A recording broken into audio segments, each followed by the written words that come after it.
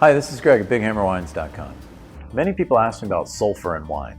It's one of the most common questions I receive. Sulfur in wine is naturally occurring. It occurs naturally in the vineyard. It occurs naturally in the wine. It's also used commonly as a preservative. It helps stabilize the wine over time. You may know that sulfur is one of the most abundant elements in the world, and sulfur dioxide is omnipresent. Many people come to me and say, hey, I think I get a headache from wines. Or you may have asked yourself, I think there was too much sulfur in that wine and I had a reaction to it. It turns out relatively few people actually have sulfur allergies, and you would know if you're one of those people. You would know because sulfur is omnipresent. If you've had French fries at a fast food restaurant, you've experienced up to 10,000 parts per million of sulfur.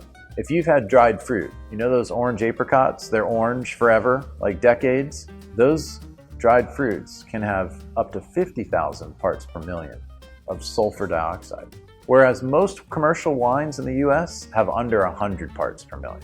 And many of the wines that we sell at Big Hammer Wines have under 50 parts per million. We tend to prefer wines that are lower in sulfur and that are dry. When a wine has more sweetness and residual sugar in it, it tends to require more sulfur dioxide as a preservative to prevent that wine from either re-fermenting or spoiling. So, if you think you have a sulfur allergy, you most likely don't. And you would know if you did because you would probably have an asthmatic reaction, a breathing problem, and certainly some sort of hives or other reaction. Relatively, a very small percentage of people actually have a sulfur reaction. More likely, you were dehydrated. Dehydration is most common when you're drinking alcohol and not drinking equal amounts of water with the alcohol, wine, beer, or other spirit. So I encourage you to always drink plenty of water whenever you're drinking.